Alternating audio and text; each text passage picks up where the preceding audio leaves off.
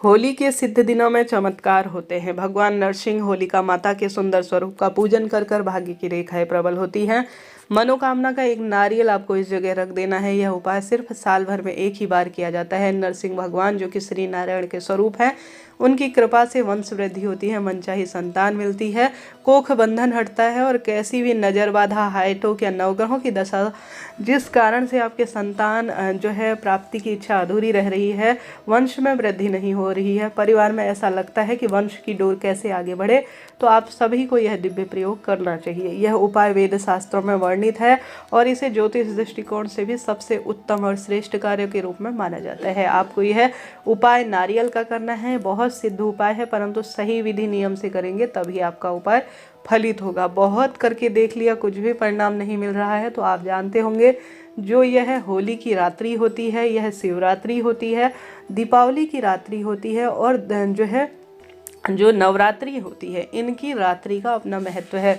इन दिनों सिद्ध रूप से कई जड़ को सिद्ध किया जाता है, कई देवी देवताओं को प्रसन्न किया जाता है, कई तंत्र बाधाएं की जाती है, क्योंकि इस समय नवग्रहों की दशा, राहु केतु अपने आप में बहुत उग्र स्वभाव में होते हैं और इन दिनों सिद्ध स्वरूप में कई कार्य तुरंत फल देने वाले होते हैं।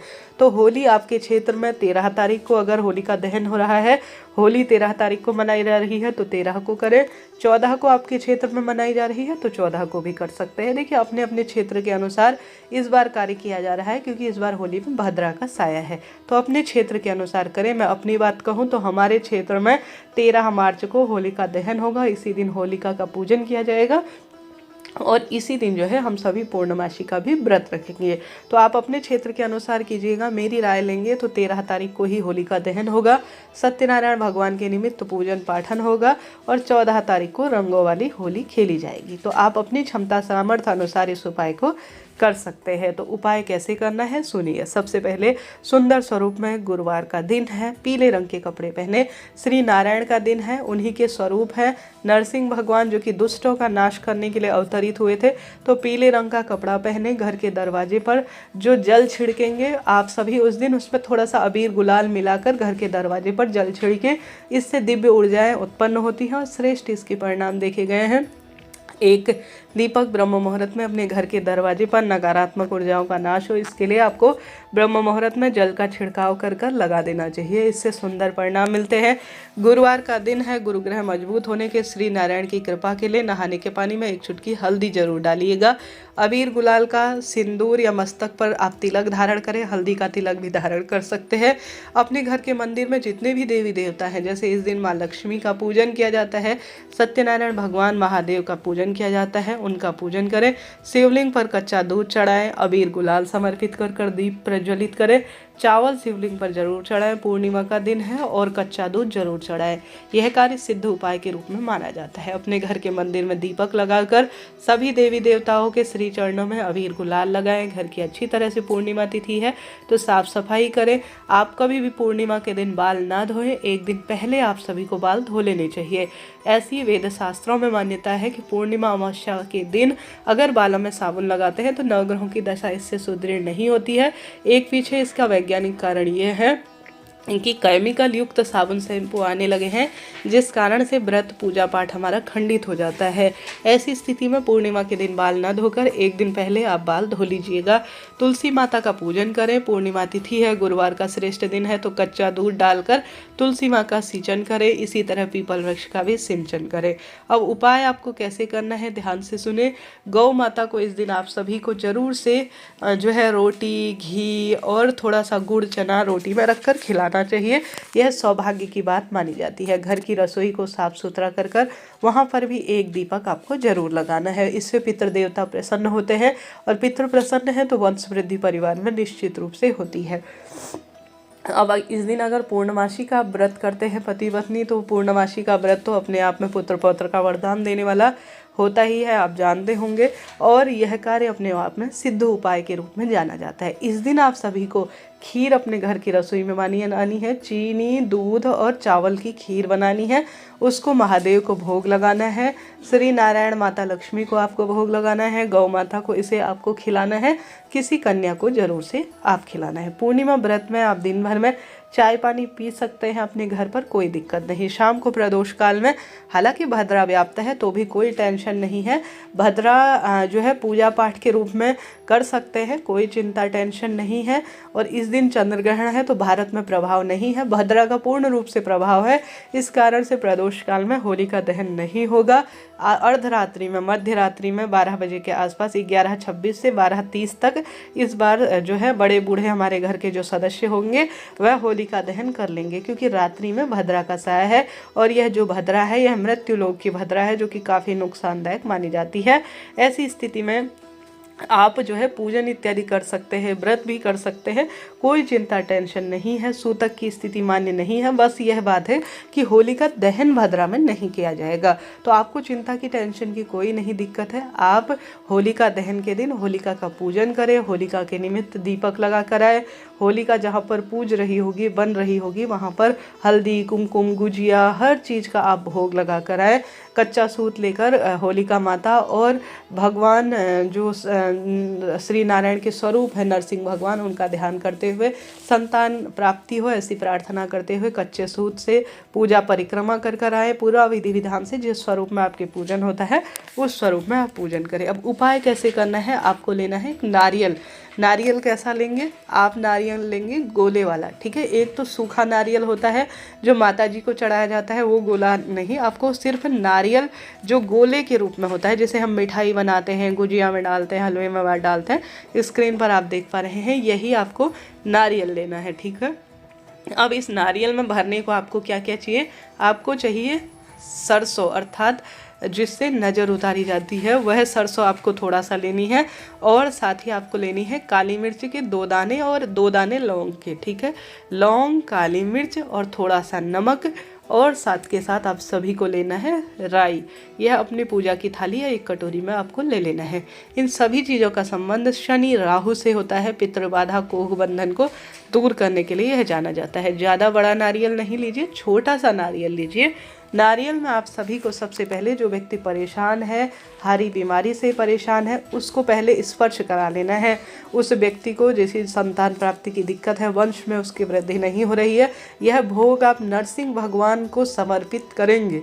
किसको समर्पित करेंगे, नरसिंह भगवान को समर्पित करेंगे। तो इसे पूरे मन से करना है, नरसिंह भगवान की जय कहते हुए उस भक्त को नारियल को अपने मस्तक से लगाना है, स्पर्श कराना है, ताकि जो शरीर में नकारात्मक ऊर्जा है, जिस कारण से वंश की दिक्कत है, संतान की दिक्कत है, आप उसे जो नारियल है, आपको सबसे पहले उस नारियल को अच्छी तरह से, पहले काटना नहीं है, पहले नारियल को थोड़ा अपने मस्तक से लगाएं, छाती के लगाएं, पेट के लगा लीजिए, शरीर में थोड़ा थोड़ा स्पर्श करा लेना है नारियल को। फिर उस नारियल को अर्थात गोले को हल्का सा ऊपर से काट लेना है। अब जो व्यक्ति परेशान है उसके अपने हाथ में, एक व्यक्ति उतारा करे, अपने हाथ में जो मैंने काली मिर्च, लौंग और राई और नमक बताया, उसे अपने हाथ में लेकर उस व्यक्ति के ऊपर से 21 बार नरसिंह भगवान का नाम लेकर 21 बार या 7 बार उतारा कर लेना है, ठीक है। उतारा कर लीजिए नरसिंह भगवान का नाम लेकर, और उस नारियल के अंदर यह सभी चीज़ें डाल दीजिए।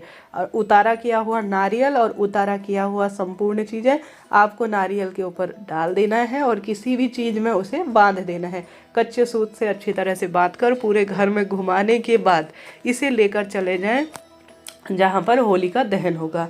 हे नरसिंह भगवान, मेरे परिवार में मैंने यह उतारा किया है, घर में यह नारियल का उतारा किया है, इसे संपूर्ण रूप से सिद्ध करें, ऐसी प्रार्थना करते हुए जहाँ पर होलिका दहन होगा उसके बीच में आपको इस नारियल को रख कर आ जाना है, ठीक है। उस बीच में जो जहाँ पर होलिका दहन होगा उसके बीच में छुपा कर आ जाना है, ताकि आपके जो परेशानी है, शरीर में बाधा है, कहीं गलत जगह पैर पड़ गया है, किसी ने कोख बंधन कर दिया है, आपको ऐसा लगता है इस कारण से मेरे जीवन में जो है दवाइयाँ असर नहीं कर रही हैं, वंश वृद्धि की रोक हो गई है, कहीं से किसी की टोक हाई टोक लग गई है, घर में कलह कलेश की स्थिति है जिस कारण से दवाइयाँ निष्फल हो गई हैं, तो उस व्यक्ति का जो है, आपको ऐसा लगता है इसी व्यक्ति ने किया है, तो उसका स्मरण करें, नहीं तो नरसिंह भगवान का पूर्ण रूप से ध्यान करें और जिस व्यक्ति के निमित्त किया है उसका नाम गोत्र बोलकर आपको इस नारियल को उस अग्नि में, जलती हुई अग्नि में अगर आप डाल देते हैं तो यह तो बहुत ही बढ़िया है। ऐसा कर पाना संभव नहीं है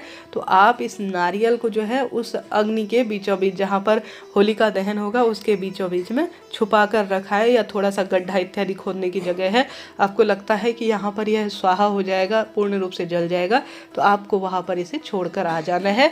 होलिका दहन की राख में आपकी सभी पीड़ा, कष्ट, संकट, दुख, दरिद्रता जलकर भस्म हो जाएंगे और आपको निश्चित रूप से मनवांछित फलों की प्राप्ति होगी।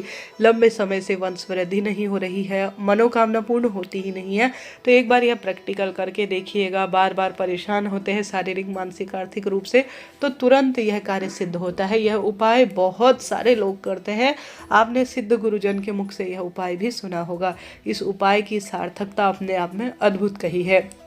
तो आप सभी को यह दिव्य प्रयोग इस विशेष होलिका दहन की रात को करना है। भद्रा का साया है, ग्रहण की स्थिति है, नवग्रहों की दशा बदलेगी और नकारात्मक ऊर्जा का साया चल रहा है, तो किसी न किसी तरह से आप परेशान हैं, तो उन परेशानियों का जो भी परिणाम है वह पूर्ण रूप से इस जलती हुई अग्नि में स्वाहा हो जाएगा। इस अग्नि को, होलिका दहन की अग्नि को नकारात्मक ऊर्जा की अग्नि के नाश के रूप में कहा जाता है। तो आप सभी को यह दिव्य प्रयोग करना है। आपने देखा होगा जब होलिका दहन रात्रि को हो जाएगा तो उसकी अग्नि को थोड़ा सा अगलाकर सभी लोग अपने घर पर घुमाते हैं और अपने पास इस भस्म को रखते हैं। इस भस्म का दिव्य प्रयोग जैसे मस्तक पर तिलक के रूप में लगाया जाता है, इसको साथ के साथ इस रात्रि में चमत्कार होते हैं। इस रात्रि की महिमा अद्भुत कही गई है। तो आप सभी को इस दिन माता लक्ष्मी के निमित्त खीर का भोग लगाना है, कनक धारा स्रोत का पाठ करना है, श्री नारायण के विष्णु सहस्त्रनाम का ज़्यादा से ज़्यादा पाठ करना है, पीपल वृक्ष के निमित्त दीपदान आपको शाम को करना है, घर की रसोई, घर के दरवाजे, तुलसी में दीपक लगाए। शाम को जब चंद्र देवता आपको दिखाई दे तो आपको जल के लोटे में कच्चा दूध, सफ़ेद फूल, चीनी डालकर ओम सोम सोमाय नमः कहते हुए चंद्र देवता को अर्घ देना है। ऐसा करने से भी चंद्र देवता जो कि महादेव के मस्तक पर विराजमान है, उनकी कृपा मिलती है। महादेव की कृपा के लिए आप महादेव की ज़्यादा से ज़्यादा पूजा अर्चना करें, सेवा करें। यह कार्य सफल है, परंतु इसके अद्भुत लाभ देखे गए हैं। आप सभी को इस दिन शिव जो सत्यनारायण भगवान की पूजा, आराधना और उनकी स्तुति में अपना ज़्यादा से ज़्यादा समय व्यतीत करना है। इस कार्य से भी अद्भुत और श्रेष्ठ परिणाम देखे गए हैं। हार रहे हैं, दुख पा रहे हैं, तो इस श्रेष्ठ रात्रि का लाभ उठाए, दुर्भाग्य दूर होगा, सौभाग्य में वृद्धि होगी और जीवन में आने वाली विपदाएं भी कटेंगी। यह नारियल का उपाय किसी भी व्यक्ति के ऊपर से उतारे के रूप में किया जा सकता है। जैसे जो विद्यार्थी पढ़ाई पे मन नहीं लगाते हैं उनके लिए कर सकते हैं, जो बच्चे जिदपन करते हैं, जिनके विवाह की दिक्कत है, उन पर भी यह उपाय किया जा सकता है। यह उपाय काफ़ी सिद्ध उपाय है।